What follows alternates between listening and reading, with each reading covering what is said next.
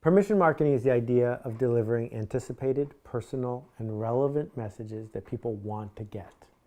And as obvious as that sounds, in 1996 and 1998, that was a revolutionary statement. That marketing and advertising were the same thing then, and that people thought that if you had money, you could interrupt whoever you wanted. And I started an internet company before the World Wide Web called Yoyodyne, and we invented permission marketing, the idea of only contacting people who wanted to hear from us. And the simple test is, would they miss you if you were gone? If you didn't show up, would people say, why didn't you show up? And most advertising doesn't meet that test.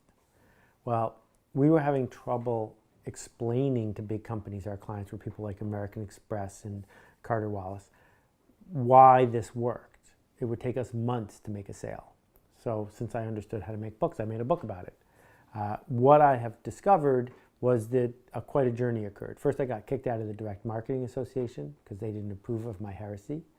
And then a few marketers got the idea, but then you discovered companies like Groupon and Google being based completely on the idea.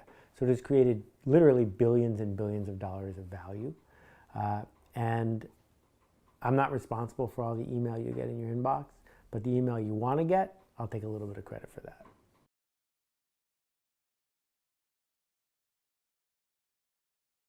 Well, the good news is there is a Direct Marketing Hall of Fame, and after the Direct Marketing Association kicked me out, a few years later they called me back and invited me in. So I had a little plaque up there somewhere.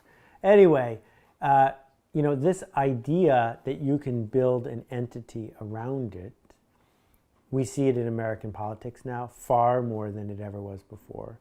We see it in companies like Blue Apron and Dropbox and Slack, all of which are built on this idea that we can communicate to people in ways that they want to be communicated to. It turns out that's more valuable than stuff.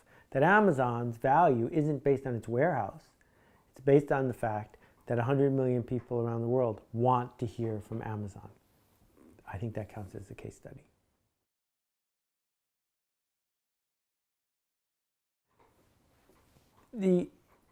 Marketing is fueled by adrenaline. It's fueled by urgency and emergency. We see it at its worst in political campaigns, but we see it everywhere.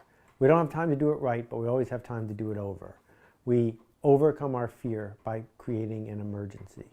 But this endless emergency is caused by the fact that we're not patiently, drip, drip, drip, working our way to a place of relevance.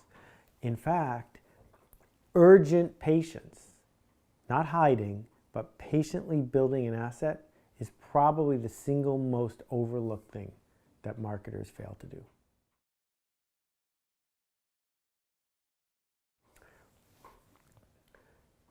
People only buy from you for two reasons.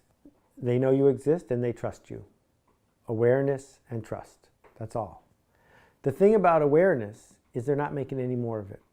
The thing about paying attention is if I pay you my attention, I don't have it anymore. It's gone forever. So we're getting more and more focused on keeping our attention to ourselves, not giving it to whoever shows up. Marketers have a history of just taking attention and wasting it. But going forward, marketers who treasure that, who cherish it, who grow it and nurture it, those marketers do better than the ones who are just racing around with an emergency.